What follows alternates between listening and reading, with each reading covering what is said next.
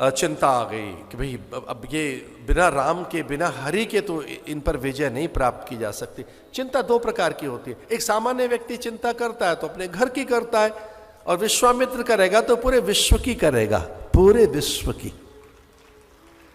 और ये की है चिंता भारतीयों ने।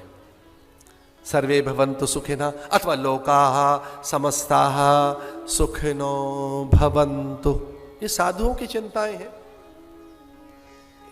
इनकी चिंताओं का भी जो एक दायरा है, कमाल कर दिया उन्होंने। चिंता करते करते किसकी कर डाली? लोकाः, न इस लोक की नहीं, ऑल प्लैनेट्स। लोकाः समस्ताः सुखिनो भवन्तु, सभी लोकों में सुख रहे, धर्म की जय हो, अधर्म का नाश हो, प्राणियों में सद्भावना हो, और चौथा बोलो विश्व का कल्याण हो। कमाल है, ये साधु कह रहे विश्व का कल्याण हो। ये पूरे सबके वेलफेयर की बात कर रहे हैं, सबके वेलबींग की बात कर रहे हैं। इन जैसी माइंडफुलनेस, इन जैसी वेलनेस, अवेयरनेस और किसी के पास होगी? क्या बात है। विश्वामित्र,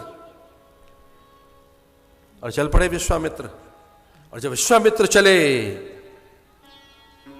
तो वो कोई सामान्य राजा नहीं था। जो राजा सदैव अपराजित रहता है वही राजा होता है जिसकी इंटेलिजेंस जबरदस्त हो। इंटेलिजेंस जिसके पास होती है उसे कोई भी नहीं हरा सकता। जिसके पास गुप्तचर हो, और उसके गुप्तचर कैसे हो? खेचर, भूचर, नभचर, पर्णचर, भूचर, धूचर। इंटेलिजेंस में तो इतनी परफेक्शन होनी चाहिए कि पत्तों पे भी गुप्तचर चलें, ऐसा राजा होना चाहिए। पत्ते पे चलना चाहिए गुप्तचर को, पत्ते पत्ते पे, पत्ते पत्ते की पता हो, चप्पे चप्पे की पता हो, उसको कहेंगे इंटेलिजेंस। अनलकीली मेरे शासक के पास है।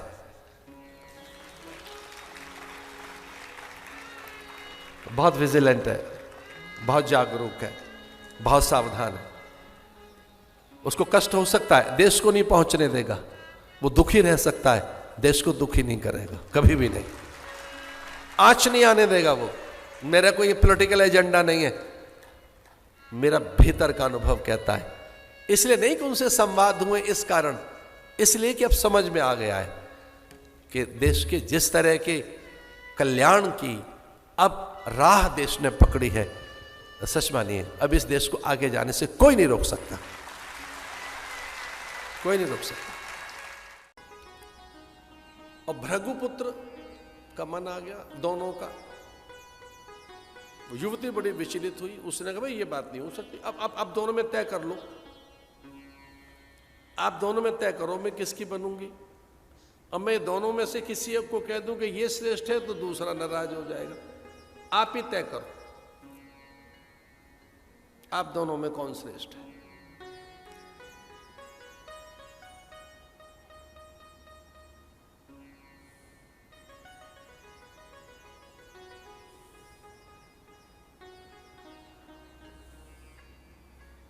भृगुपुत्र ने कहा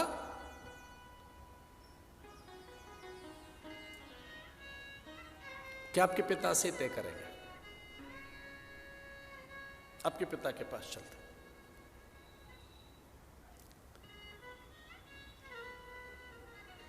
लेकिन उसमें प्रण यह है कि फिर दूसरे को जीवित नहीं रहना होगा, प्राण सिद्धि होगी। प्रणव्रत है, मरण व्रत है। फिर जो एक जयी होगा उसकी मैं बन जाऊंगी, पर दूसरे की मृत्यु होनी चाहिए। फिर दूसरा नहीं रहेगा धरती पर, फिर दूसरे के प्राण नहीं रहेंगे।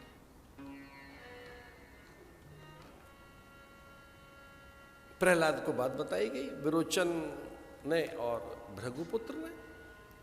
हमारे बीच में यह संधि तय हुई है।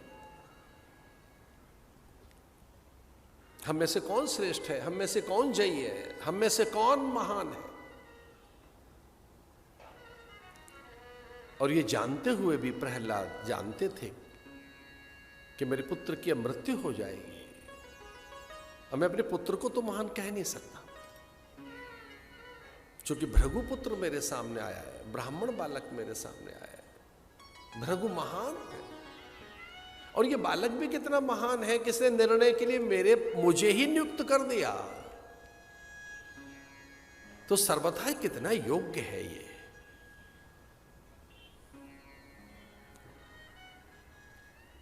आप तथा अनघ कपट न रखें किसी भी प्रकार से,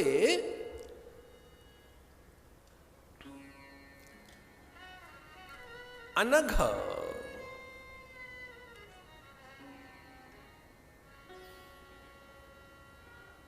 तो उस युवती को कहा, अरे बेटी मेरा पुत्र महान नहीं है, ये भृगुपुत्र ही महान है, ये वेदज्ञ है, धर्मज्ञ है, स्थित प्रज्ञ है, ये प्रज्ञावान है, वीर्यवान है, शीलवान है, गुणवान है। और हां मेरा पुत्र भी ऐसा ही है, मेरे पुत्र में भी ये समस्त गुण हैं, पर चूंकि ये अतिथि है और अतिथि का अनादर मैं नहीं कर सकता, मैं अतिथि को न्यून नहीं बता सकता, मैं अतिथि को छोटा नहीं बता सकता, मैं अतिथि के विषय में ये नहीं कह सकता कि अतिथि नीच है और मेरा पुत्र उच्च है। ये मेरा धर्म नहीं है। मैं जानता हूं कि अब मेरे पुत्र की हत्या या मृत्यु हो जाएगी, लेकिन भले ही मेरे पुत्र की मृत्यु हो जाए, मैं अपना धर्म नहीं छोड़ूंगा। यही श्रेष्ठ है। और भृगुपुत्र से को प्रणाम करते हुए प्रहलाद ने कहा, आप ही श्रेष्ठ हैं, और अपने पुत्र को आज्ञा दी, इन्हें प्रणाम करो, इनके चरण छू, इनकी प्रदक्षिणा कीजिए, इनके पग पखारिए, मस्तक पे चंदन लगाओ और कहो कि आप श्रेष्ठ हैं।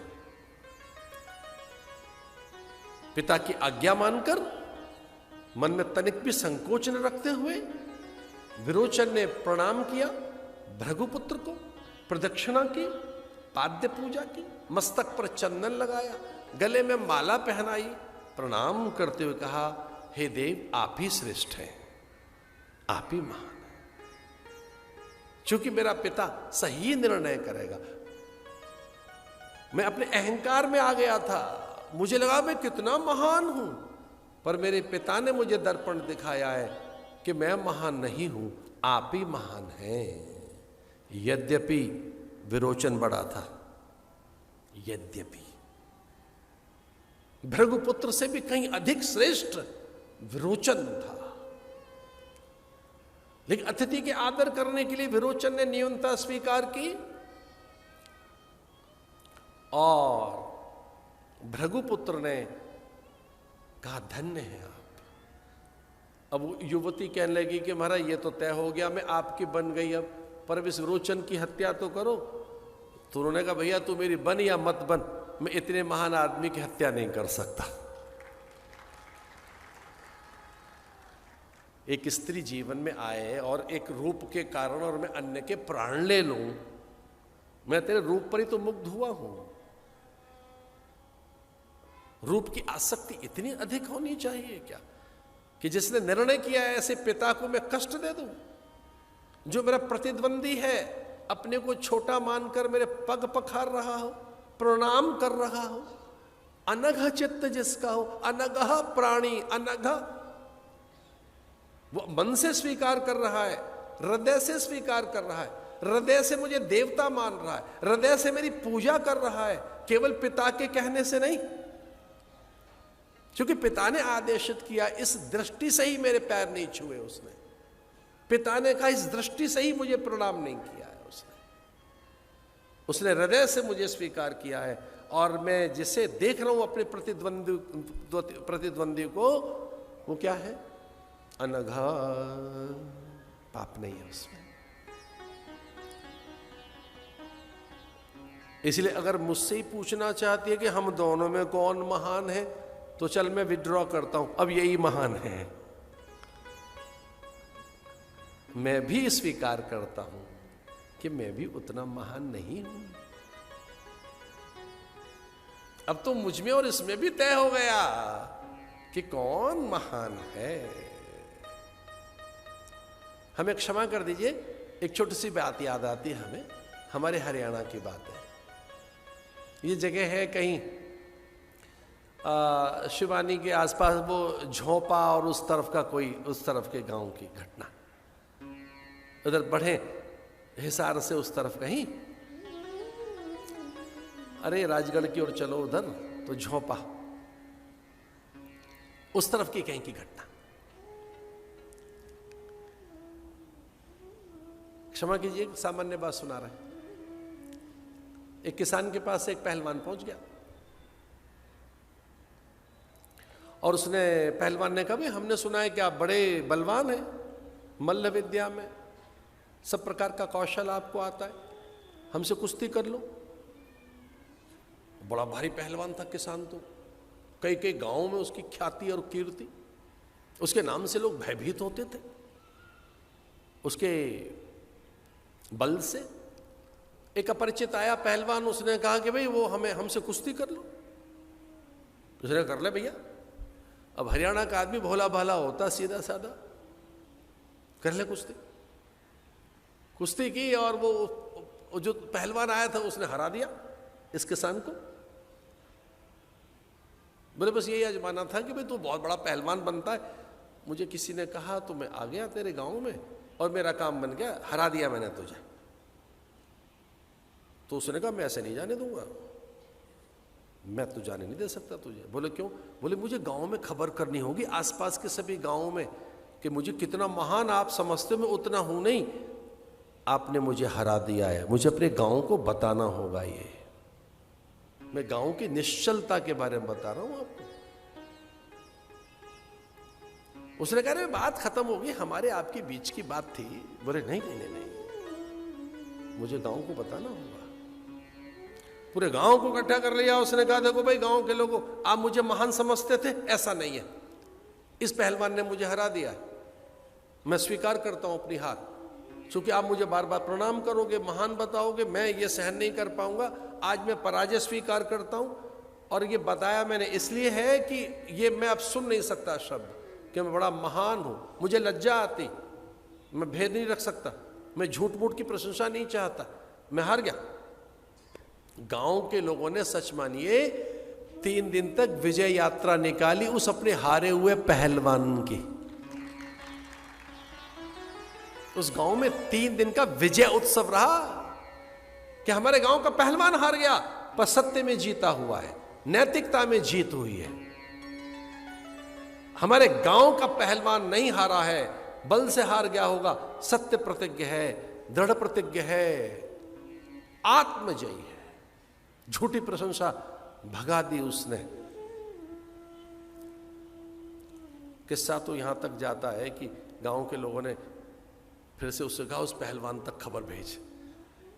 कहते हैं 2-4 महीने के बाद में फिर से कुश्ती हुई और ये गांव का पहलवान जीत गया और उसको उसने हरा दिया।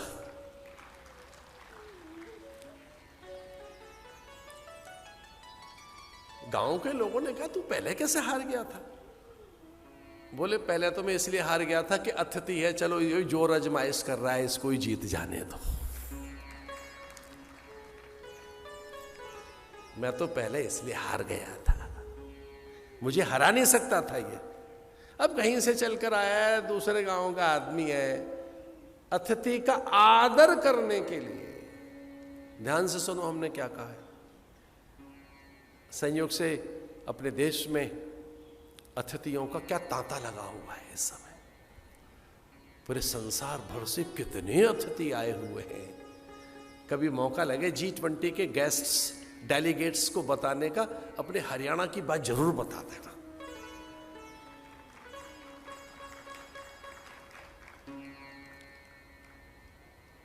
अतिथि देवो भव।